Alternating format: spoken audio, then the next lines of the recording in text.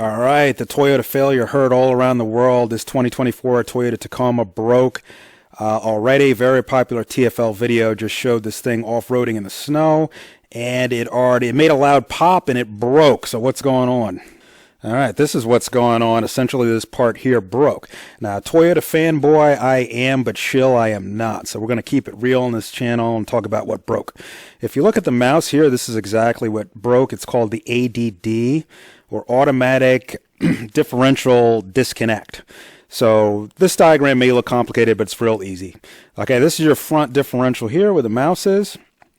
And when on a truck like the 2024 Toyota Tacoma, when you want to engage four-wheel drive, the transfer case connects the rear, front to rear together in the transfer case here. But instead of having manual locking hubs, it's basically automatic. So an actuator is right here where the mouse is. So if we zoom in just a little bit, let's see if we can zoom in here. There we go. If we zoom in here, let's get closer. Okay, once you, instead of getting out and locking the hubs, like an old school vehicle, getting out and turning the hub locks here, instead the hubs are locked right here in the special actuator. And all this is basically a splined collar. So it's essentially going to lock the hubs internally here. So basically, if this rambling isn't making any sense, these hubs are already locked on the wheel side, and this driver's side one stays locked and connected, as you can see here, to the front differential.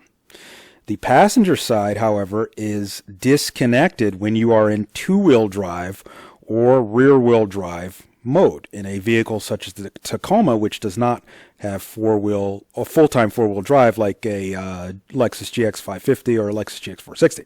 Anyway, this is the thing that broke, so let's talk about why. All right, these Tacomas, bottom line, are being produced in America now, not Japan, but America.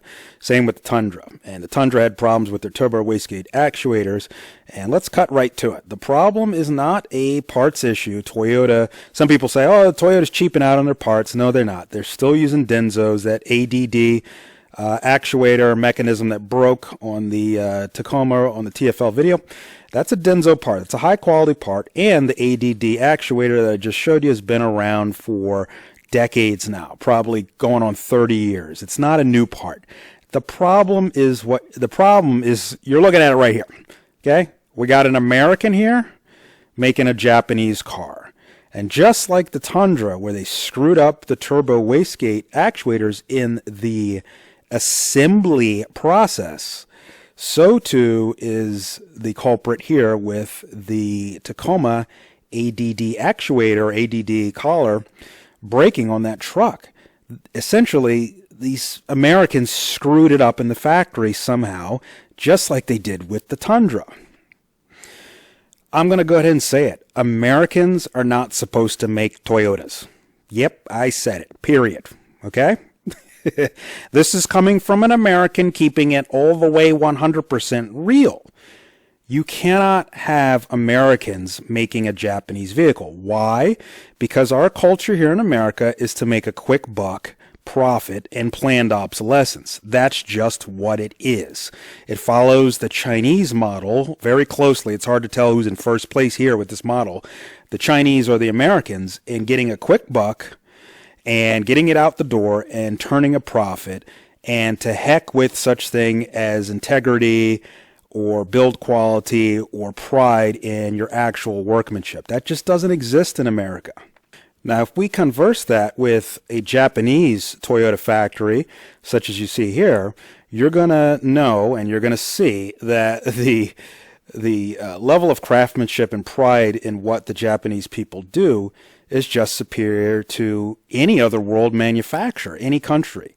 It doesn't matter, any country we're talking about. It's not going to even come close to the level of pride and dedication and workmanship that goes into building a Japanese vehicle, or any vehicle for that matter. So as we're watching here, this is the Land Cruiser 300 factory in Japan. And they're putting together these cool Land Cruisers. There we go. Land Cruiser. This one's a Prado. But anyway, you're not going to get this in America. You're not going to get this level of dedication. So what happened with the Tacoma, most likely, was the ADD mechanism broke because of not an engineering error, not a parts error, but an assembly error, just like the American factory screwed up the Tundra wastegate actuators. That wasn't a manufacturing error because these Land Cruisers, not this Prado, but the new Land Cruiser 300, has the same turbocharger, and the Japanese turbochargers had no issues. Their wastegates had no issues. So what's the common denominator here? The common denominator is not the parts, it's not the engineering, it is who's putting these things together. Here we see Japanese putting it together, but we know that American factories don't run like this. They don't look like this. They're allowed to come in street clothes. They can wear whatever the heck they want. They're not uniform like this. They're not disciplined like these Japanese workers that you see here. They don't do their Japanese stretching exercises before they come in to work. You know, they come in street clothes, wearing flip-flops, doing wherever the heck they want. And that is reflected in how the car is actually put together. When you add that work culture with the American way of getting it out the door and turning a buck and getting paid as fast as possible, you're going to have that issue that you saw with the TFL 2024 Tacoma. Now, can anybody prove what I'm saying is true? No. Nobody's going to be able to, prove this objectively. And Toyota certainly isn't going to admit this. But you're intelligent and you can use your own logic and realize that this part here, this ADD mechanism, has been around forever. Yes, I know it's had some problems in the past, but it hasn't catastrophically failed. And yes, I know the engine has more input, output, blah, blah, blah, but the part shouldn't fail. It's likely a assembly issue. They put this thing in backwards. They didn't spline it right. They didn't push it in all the way. They didn't do the QC check. Whatever the heck they got to do to assemble this thing correctly, they failed to do. Now here's a diagram of the Toyota's full-time four-wheel drive system. And you can notice here, if we zoom in, that actuator now is missing. The reason why this actuator is missing, so here's the front differential again, and you can see the wheels are just connected. They're connected because it doesn't need to disengage from the rear-wheel drive. Full-time four-wheel drive is always connected. So why doesn't this thing break axles or do anything squirrely off-road? And the answer is it's assembled in Japan, and it doesn't have that part, so that takes out that failure risk to begin with. But anyway, I want to touch on something else that people are saying, and that is, well, the TFL drivers were off-road and A-Track kicked in. In other words, A-Track was braking the wheel that didn't have traction, and that overloaded the system, and the whole thing snapped. The axles snapped, or the ADD snapped, because that's connected to the axles. But that's not what happened at all. Because it doesn't matter if you have this ADD actuator or not. Here's the ADD actuator right here. It doesn't matter if you have that and you're using A-Track or not. Or A-Track can brake this wheel as much as it wants. It's not going to thrash the axles. When you are driving down the road and you slam on your brakes in Colorado going downhill on a 30-degree grade at 80 miles an hour and 90 miles an hour, your brakes lock up the wheel just like A-Track on this 6,000-pound vehicle going from 85, 90 miles an hour, whatever it is, and you see a truck and you slam on the brakes. All of this is connected. That's braking it just like A-Track. Your axles aren't going to snap. Okay? The forces in your daily stop and go driving when you hit the brakes and it's connected to your axle is not going to break your axles. So A-Track works the same way. When it's braking a wheel off-road, A-Track is engineered and designed to easily be able to take those forces and transfer them through the driveline, through the axles, through the differential, yada, yada, yada, without snapping anything. Furthermore, brakes, as you know, they don't ever fully lock up. There's always some slide or slip in the brakes themselves, And furthermore, when you're off-roading, this slide and slip on the tires, which you saw on the TFL video. So when we go back to our TFL video and we focus in just on this front axle that had the problem here, okay? The A-Track is braking these wheels, but it doesn't even matter because they're on a slippery surface. How do we know? Look at the snow on the tires. Okay, it's just like any other 4x4 off-road. Okay, so let's say A-Track is braking the wheel in the air, okay, and the power is then being sent here. The braking action is not going to break the axles or break this component, this ADD component that ended up being the culprit. Those braking forces aren't going to do that because if your normal stop and go everyday driving braking forces are transferred to the driveline to a much higher degree than A-Track ever will, if that makes any sense. So daily braking is going to put more torque on the driveline than taking off in this thing in first gear and 4 low. Okay, that's just how it is. But that doesn't even matter because they're on slippery surfaces to begin with. So there should have been some give in the driveline either way.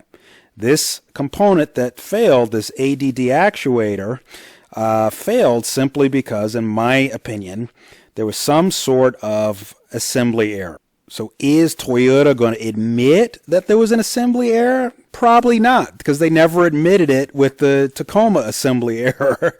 When they screwed up the Tacoma wastegate actuators that were made in America. You just had to use your own reasoning and intellectual deduction to realize, hey, same turbos failed at the American plant on the Tacomas, but not on the Japanese Land Cruiser 300s and the Japanese-made Lexus LX 600s, same engine, same turbos. They didn't fail. They were made in Japan. That's the only difference. This thing here, okay, has been attached to Toyota trucks forever. This ADD actuator and spline coupler has been attached forever and has never catastrophically imploded like this at all because those cars were made, guess where? In Japan, most of them at least. Now, again, you're not going to have to worry about this if you have full-time four-wheel drive, but I do honestly think that this is simply an assembly issue, and it's going to be traced to, guess what, an American factory where somebody just slopped this thing in the vehicle to get it out the door on a Friday evening so they can get paid and get on with their business. The Japanese, on the other hand, have a shame culture. That's what it's known as. They have a high level of guilt by letting something slide that they know is not right. So if they let a part such as this ADD actuator go in and they go, good enough, there's a high level of shame. And that's why Japanese products are so good.